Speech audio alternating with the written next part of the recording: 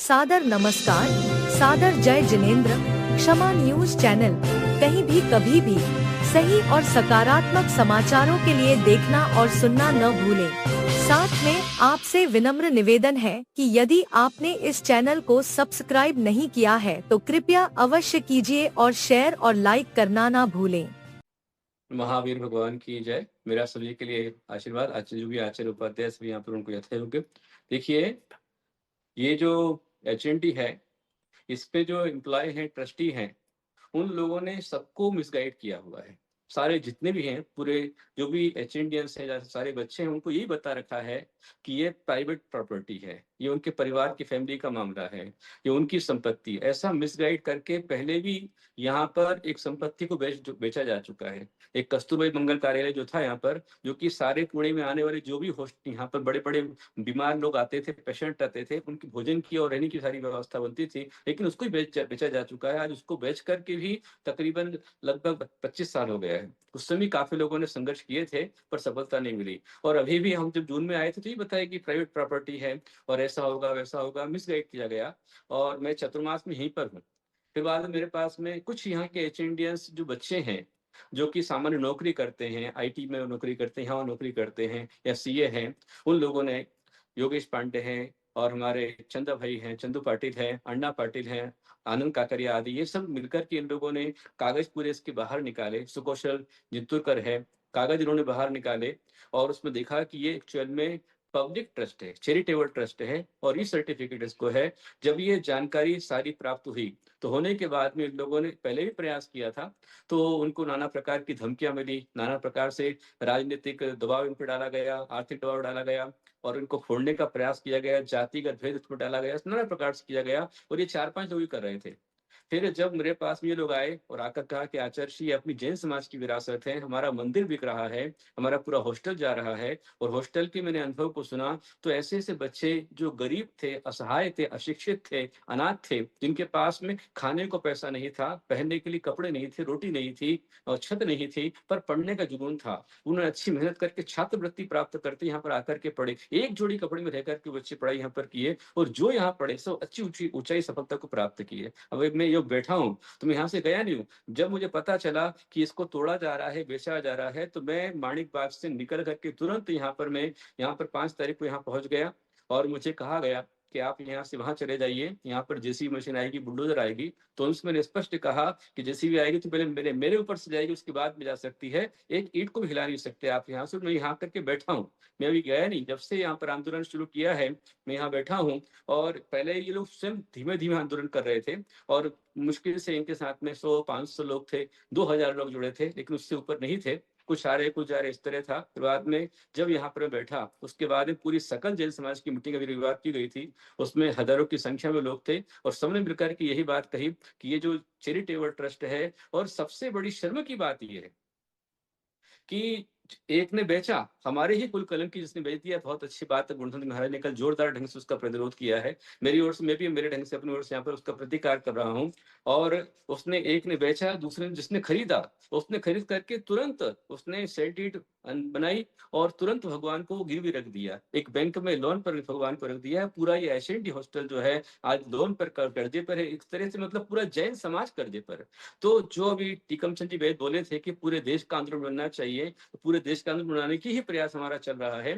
बाकी पहले 4-5 लोग स्वयं सामान्य लोग थे, और वे अपनी ओर से प्रयास कर रहे थे, कुछ को जोड़ने पर कोई जुड़ नहीं पा रहा था। वो आए कि गुरुदेव जब आप आएंगे, संघ आएगा, साधु आएंगे, तो पूरा समाज जुड़ता है, साधु की आवाज सब पूरी समाज सुनता है। और मेरे यहाँ बैठने के बाद में पूरे देश में चेतना गई। मैंने स्वयं आचार्य श्री गुरुदेव महाराज को अनेक बार मैंने सूचना दी, महाराज जी आप कुछ बोलिए, कुछ कहिए। बोले मेरा मूड ही नहीं बन रहा है, सारे पुणे के लोग जो है सब अपने अपने काम में लगे, उनको चिंता नहीं है। तो मैंने कहा कि उनको पता ही नहीं है, सब इसको मिसगाइड कर रखा है, पूरे देश को मिसगाइड कर रखा है। इसलिए, और बहुत सारी चीजें हैं, अभी एक ही संस्था बिक गई तो धीमे धीमे सबके नंबर आने हैं। और चालू है, पहले से षड्यंत्र पूर्वक प्लान करके पूर्वजों ने जो कमाया, जो अच्छे से उन्होंने किया, अच्छे से उन्होंने समाज के लिए दिया, उन्होंने लिख कर दिया है कि हम समाज को सौंपते हैं, समाज के कल्याण के लिए है, और इसे कोई भी आगे बेचे नहीं, ऐसा स्पष्ट डीड में लिखा हुआ है। उसके बावजूद भी उनके जो वंशज हैं, आज उन्होंने सब कुछ खत्म कर डाला है। उन्होंने अपने स्वार्थ के वश होकर के उस पर जो है नाना प्रकार की खोटी बनाए डीड बना करके उसको बेचने का दुस्साहस किया है और बेच दिया है। और हमें इसमें आपको हम सबको इसमें आगे आना ही होगा। इसके लिए ही ये लड़ाई लड़ी जा रही है। बहुत सारी चीजें हैं। तो इसके लिए 17 तारीख का जो मोर्चा है, इस मोर्चे में मैं चाहूंगा, उसी के लिए हमने सबको बुलाया है। और सारे आचार्य उपाध्याय मुनिराज सबको समझना चाहिए। मैं नाम नहीं दूंगा। मैंने एक आचार्य श्री से निवेदन किया तो कहते हम इस राजनीति में नहीं पढ़ेंगे। अरे हमारा मंदिर जा रहा है, भगवान जा रहे हैं, बिक गए हैं, और हम राजनीति इसको कहेंगे? इससे बड़ी शर्म की बात क्या होगी? यदि कोई हमारा ज्ञानी साधु बोले कि शायद राजनीति में नहीं पढ़ता, मैंने उनको नमोस्त तो कर लिया और मैंने कुछ नहीं कहा। लेकिन सोचना विचार करना चाहिए कि जिन भगवान की हम दिन रात भक्ति करते हैं, जिनके लिए हमने अपना जीवन अपना समर्पण किया है, घर छोड़ा है, परिवार छोड़ा है, देश को सब कुछ छोड़ा है, और यदि अपने धर्म के लिए यदि हम आगे नहीं बढ़ पाए, उसके लिए शब्द हमारा नहीं निकल पाया, हमारा मन नहीं लग पाया, तो हम कैसे साधु है? जिस धर्म का हम खाते हैं, धर्म को यदि हम बचा नहीं पाए, तो हम कैसे साधु है? इसलिए सभी आचार्य सब्जेक्ट पर उपाध्याय बोले हैं, मुनिराज जो यहाँ सब्जेक्ट पर पर हैं, बोले हैं। उन सबसे मैं आह्वान करना चाहूंगा कि वे सभी अपने अपने नगर से, अपने अपने देश से, क्योंकि ये जो एचएनटी है, ये सबके हित में, स्वामी जी, ये सबके हित में। क्योंकि पूरे भारत के जो भी महाराष्ट्र के, कर्नाटक के, उत्तर के, पूरब के, दक्षिण के, पश्चिम, किसी भी नगर देश के, यहाँ इंदौर के भी, राजस्थान के, हर तरह के बच्चे यहाँ पर आते हैं। और वो चाहते हैं, उनके माता पिता चाहते हैं कि हमारे बच्चे जहाँ जा रहे हैं सुरक्षित रहें, उनके संस्कार सुरक्षित रहें।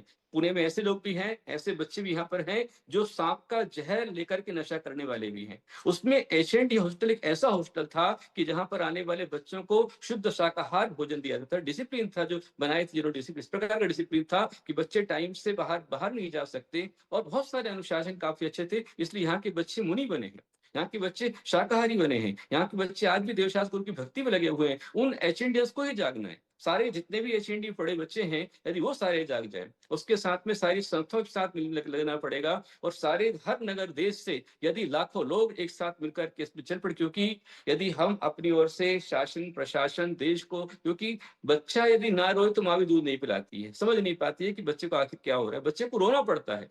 तो हमें भी अपनी आवाज देनी पड़ेगी सरकार के लिए, राज्य सरकार के प्रति। राज्य सरकार को हमको अपनी आवाज देनी पड़ेगी, केंद्र सरकार को अपनी आवाज देनी पड़ेगी, राष्ट्रपति शासन को भी, राष्ट्रपति को हमें अपनी आवाज देनी पड़ेगी। और इसके लिए बहुत अच्छे सक्षम हमारे आचार्य श्री गुरुदत्त महाराज हैं, जो बात करने के लिए अपनी एक आवाज में राष्ट्रपति जी को बुला सकते हैं, प्रधानमंत्री से बात करते हैं, मुख्यमंत्री राज्यपाल उनके कहने पर आ सकते हैं। तो जो हमारे महाराष्ट्र के मुख्यमंत्री हैं, उनको बताना और समझाने का काम मैं समझूंगा कि आचार्य गुरुदत्त महाराज इसको बहुत अच्छे से करें, हैंडल करें। बाकी मैं चाहूंगा कि ये जो एचएनडी हॉस्टल है, ये सभी पुणे वालों के लिए भी काम का है, और पुणे के बाहर वालों जितने भी लोग हैं उन सबके लिए बहुत ही, जिनके बच्चों का निर्माण हुआ है, तो सभी सभी अपने अपने नगर से, गांव से, मात्र 2 4 5 नहीं, अभी संजय भाई बोले हम लोग आ रहे हैं, तो पूरा संभाजी नगर यहाँ पे यदि आ जाए, और खासतौर पर पुणे के लोग ही हैं, पुणे के लोग ही जाग जाए। उनको मैं कहना चाहूंगा कि यदि मैं एक आचार्य जेसीबी के सामने खड़े होने को तैयार हूं, हमारा संघ पूरा बुलडोजर का सामना करने को तैयार है। हमने कहा कि पहले हमारे ऊपर चला, उसके बाद जाना।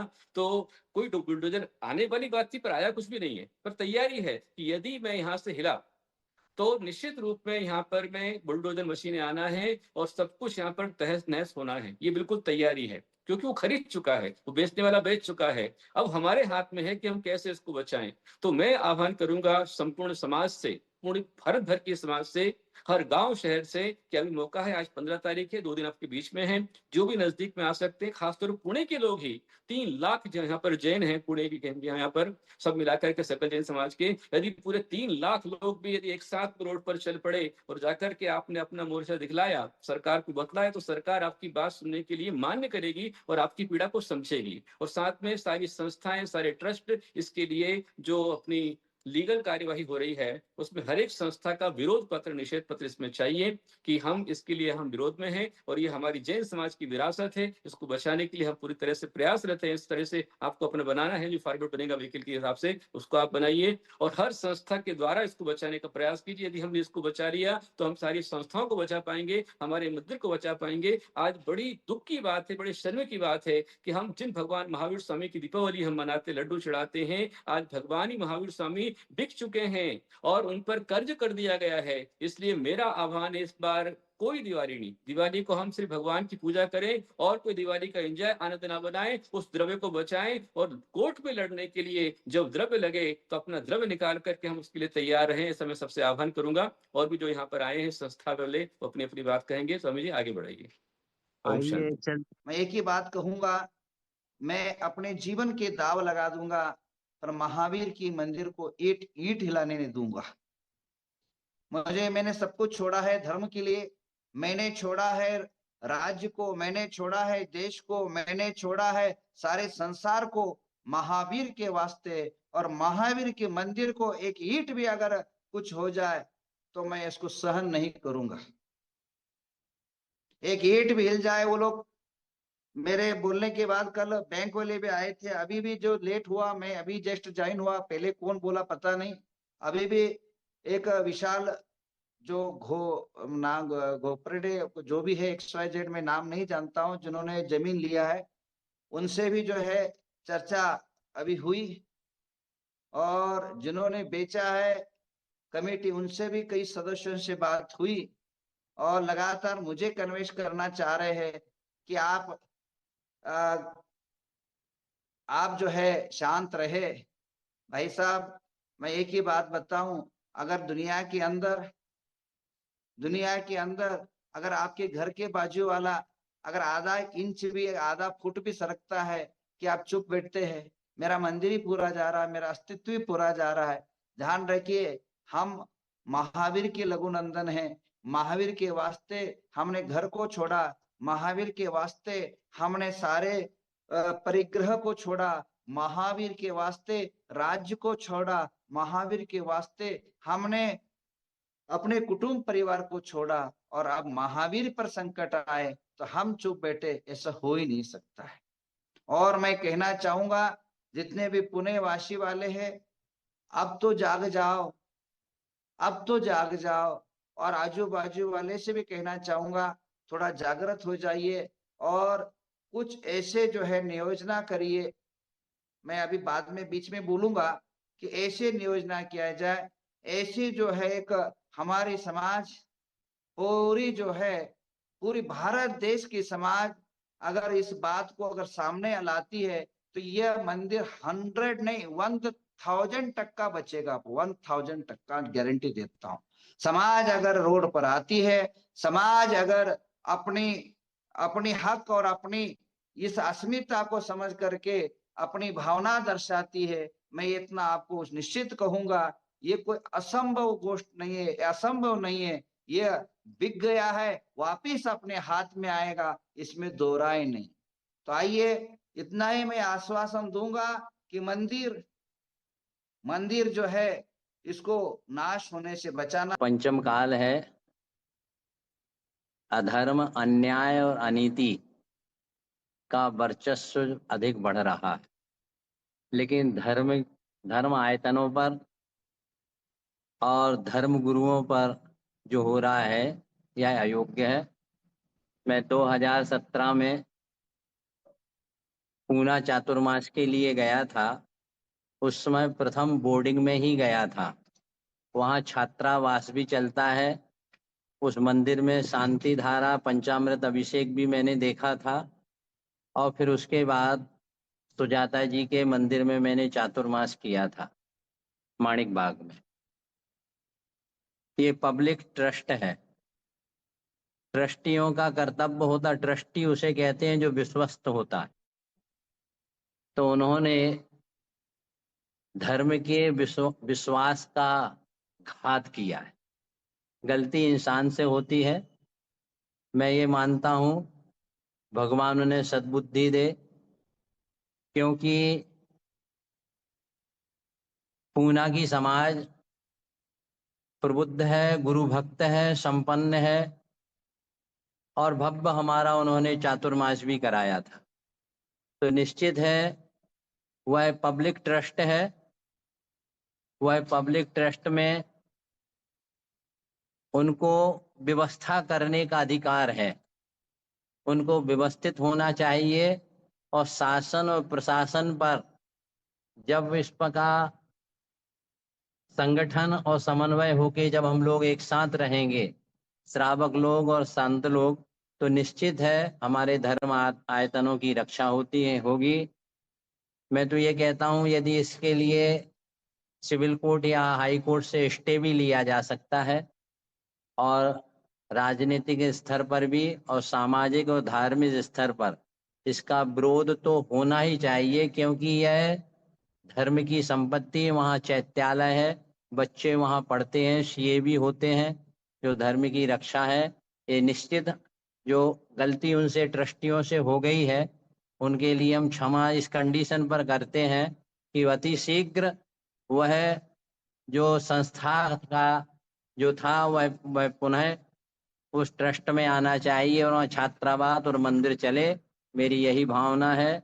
हमारे आचार्य प्रवर श्री गुणधर नंदी महाराज जी का भी अच्छा वर्चस्व है, देवेंद्र फडणवीस जी को भी और राज्यपाल जी को भी और सिंधे जी को, इनको पत्र लिख के उनसे मीटिंग की जाए और जितना इमरजेंसी में ये जल्दी से जल्दी निर्णय किया जाएगा तो ये बात जल्दी अच्छी होगी। निश्चित है वह बोर्डिंग फिर से आपको मिलेगी। वह पुरुषार्थ और निमित्त हमको करना है। ये मेरी सबके प्रति मांगलिक भावना है। सभी के लिए बहुत बहुत आशीर्वाद। क्षमा न्यूज चैनल देखने के लिए आपको बहुत बहुत धन्यवाद। सादर प्रणाम। सादर जय जिनेंद्र।